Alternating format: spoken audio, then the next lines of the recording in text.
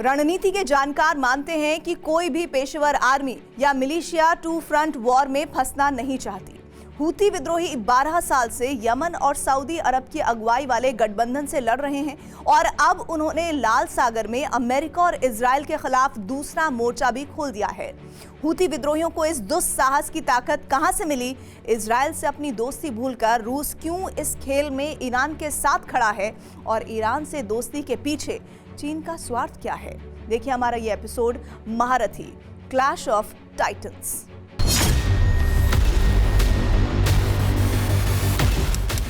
20 मार्च 2022, Kyiv, Ukraine.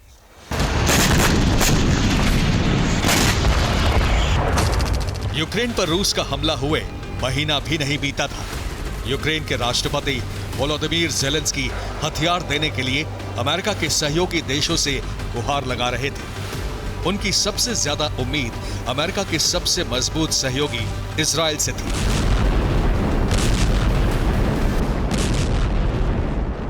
І Другої світової війни.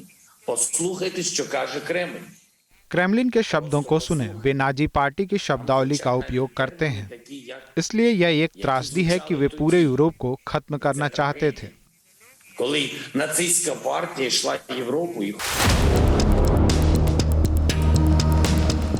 Israel का दिल नहीं पसीजा तो खुद यहूदी समुदाय से ताल्लुक रखने वाले ज़ेलेंस्की ने धर्म का वास्ता भी दिया।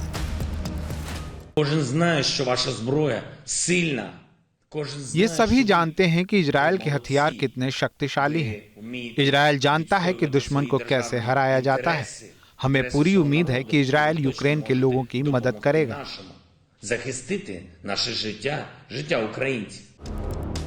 इजराइल ने इस बार चुप्पी तोड़ी, यूक्रेन की मदद का वादा भी किया, लेकिन रूस के खिलाफ हथियार देने से साफ मना कर दिया।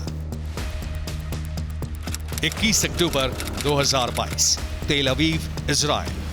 Maintain a policy of supporting Ukraine via humanitarian aids.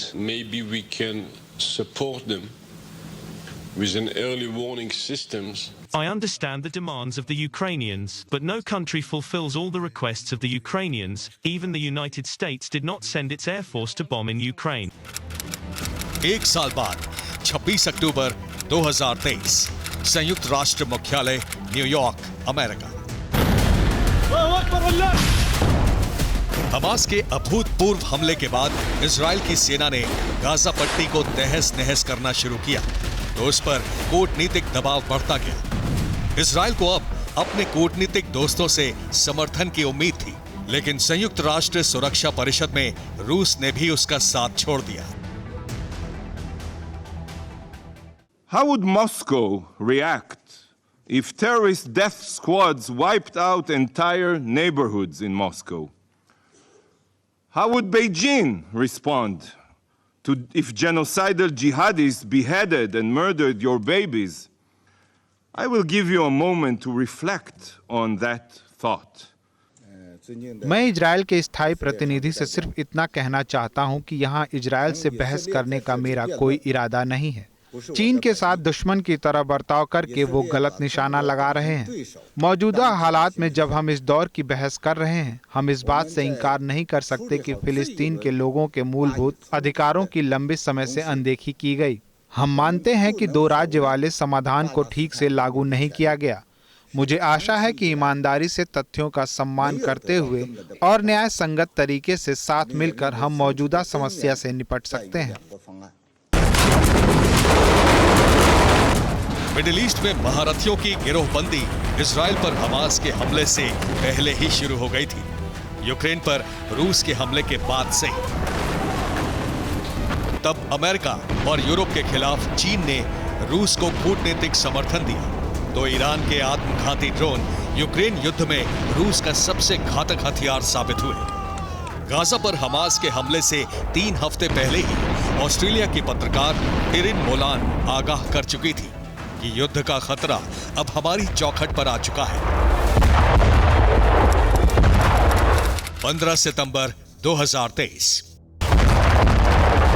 Iran के साथ इजराइल और अमेरिका की ऐतिहासिक दुश्मनी रही है। इसलिए पहले से तय था कि इजराइल के खिलाफ ईरान हिजबुल्ला और हूती विद्रोहियों को मोहरे की तरह इस्तेमाल करेगा। अमेरिका से दुश्मनी की वजह से चीन और रूस का इजराइल के खिलाफ जाना भी स्वाभाविक था, लेकिन इस जंग में सबसे आक्रामक रवैया तुर्की ने दिखाया। नेटो का सदस्य और इजराइल को मान्यता देने वाला पहला इस्लामिक देश तुर्की ही था, लेकिन तुर्की के राष्ट्रपति रेजेप तैयब एर्दोआन का ये बयान इजराइल के लिए किसी भद्दी गाली से कम नहीं है। Garip bahse derlerdi. Sizin itlerden ne? प्रधानमंत्री बेंजामिन नेतन्याहू और हिटलर में क्या अंतर है? नेतन्याहू हमें हिटलर की तरह तरसाने वाले हैं। क्या नेतन्याहू हिटलर से कोई कम है? नहीं।